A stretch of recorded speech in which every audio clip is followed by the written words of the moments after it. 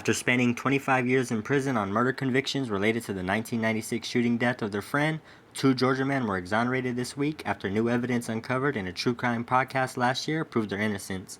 Darrell Lee Clark and his co-defendant, Cain Joshua Storey, were 17 years old when they were arrested for their alleged involvement in the death of 15-year-old Brian Bowling. He died from a gunshot wound to the head in his family's mobile home on October 8, 1996, according to Clark's lawyers, Christina Cribbs and Megan Hurley with the nonprofit Georgia Innocence Project.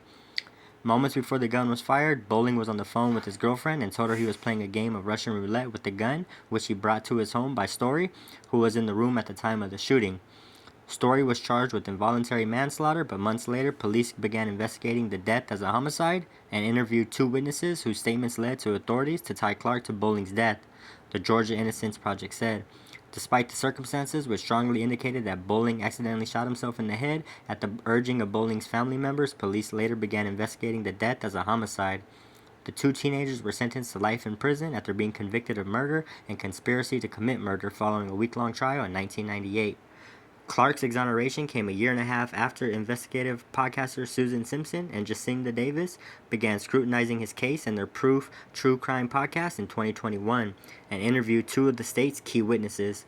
Through their investigation, new evidence emerged which shattered the state's theory of Clark's involvement in Bowling's death, and the podcasters flagged his case to the Georgia Innocence Project, according to its news release. The first witness, a woman who lived near Bowling's home, was interviewed by police who claimed she alleged the teens confessed they had planned the murder of Bowling because he knew too much about a prior theft Storey and Clark had committed. Based on her testimony, Storey was charged with murder and Clark was arrested as a co-conspirator despite having a corroborated alibi, stating he was home on the night of the shooting, which was supported by 2 witnesses, according to Clark's motion for a new trial. But the woman revealed in the podcast police coerced her into giving false statements and threatened to take her children away from her if she failed to comply, according to the Georgia Innocence Project. They are both now free and back home, and they will soon be collecting a very, very hefty check.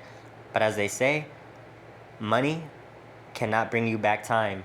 And those 25 years of their life that they spent in jail, they will never get back. This is Dominic with DVP News, and have a blessed day.